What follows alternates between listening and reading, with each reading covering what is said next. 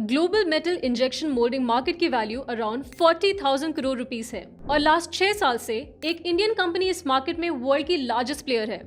Chances are एक part जो इस कंपनी ने बनाया है वो आपकी कार, स्मार्टफोन या किसी मेडिकल डिवाइस के अंदर लगा हो और ये कंपनी अपना आईपीओ ला रही है। ये आईपीओ है इंडो एमआईएम का। सबसे पहले समझते हैं कंपनी करती क्या है। इंडो एमआईएम छोटे और हाईली प्रिसाइज मेटल कंपोनेंट्स बनाती है। इन्हें बनाने के लिए कंपनी मेटल इंजेक्शन मोल्डिंग यानी एमआईएम टेक्नोलॉजी यूज करती है। इस प्रोसेस में मेटल पाउडर को मोल्ड की हेल्प से कॉम्प्लेक्स शेप्स में कन्वर्ट किया जाता है, जो ट्रेडिशनल मैन्युफैक्चरिंग से बनाना काफी मुश्किल होता है। ये components automobiles, defence, medical devices, consumer electronics और एयरक्राफ्ट जैसे इंडस्ट्रीज में यूज होते हैं। कंपनी की इंडिया, यूएस, यूके और मेक्सिको में मिलाकर 15 मैन्युफैक्चरिंग फैसिलिटीज हैं। अब बात करते हैं आईपीओ की। ये 3,811 करोड़ रुपीस का आईपीओ है। इसमें 499 करोड़ रुपीस का फ्रेश इशू है, जिसका एक बड़ा हिस्सा कंपनी अपना डेट रिपे करने के लिए यूज करेगी। बाकी 3,311 crore rupees offer for sale है, जहां एग्जिस्टिंग शेयर होल्डर्स अपनी स्टेक पब्लिक इन्वेस्टर्स को बेच रहे हैं। ये इशू का लगभग 87% है। प्राइस बैंड 461 रुपीज से 485 रुपीज पर शेयर है। मिनिमम एप्लीकेशन 30 शेयर्स की होगी और एलिजिबल एम्प्लॉयज को 45 रुपीज पर शेयर का डिस्काउंट मिलेगा।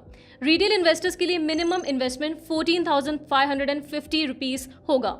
इशू 23 जुलाई को ओपन होगा, 27 जुलाई को क्लोज होगा और लिस्टिंग 30 जुलाई को एक्सपेक्टेड है। अब फाइनेंशियल्स देखते हैं। FY26 में कंपनी का रेवेन्यू लगभग 26% ग्रो हुआ। प्रॉफिट भी लगभग 26% बढ़कर 2 साल में करीब 1.9 टाइम्स हो गया। रिटर्न ऑन इक्विटी 21% से ज्यादा है, जबकि रिटर्न ऑन कैपिटल एम्प्लॉयड करीब 27% है। डेट टू इक्विटी रेशियो 0.39 है। एबिटा मार्जिन करीब 25.5% और प्रॉफिट मार्जिन लगभग 12.7% है। लेकिन कुछ रिस्क भी है। कंपनी के टॉप 10 कस्टमर्स से ही FY26 की लगभग 38% रेवेन्यू आई। इसके अलावा कंपनी की 77% रेवेन्यू एक्सपोर्ट से आती है और कस्टमर्स के साथ लॉन्ग टर्म कॉन्ट्रैक्ट्स नहीं होते। हर ऑर्डर परचेज ऑर्डर बेसिस पर मिलता है। कंपनी पर डिस्प्यूटेड टैक्सेस से जुड़ी करीब 227 करोड़ रुपीस की कंटिंजेंट लायबिलिटीज भी है।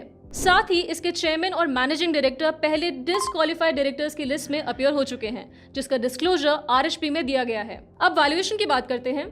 अपर प्राइस बैंड पर इंडो एमआईएम लगभग 44 टाइम्स अर्निंग्स पर आ रहा है।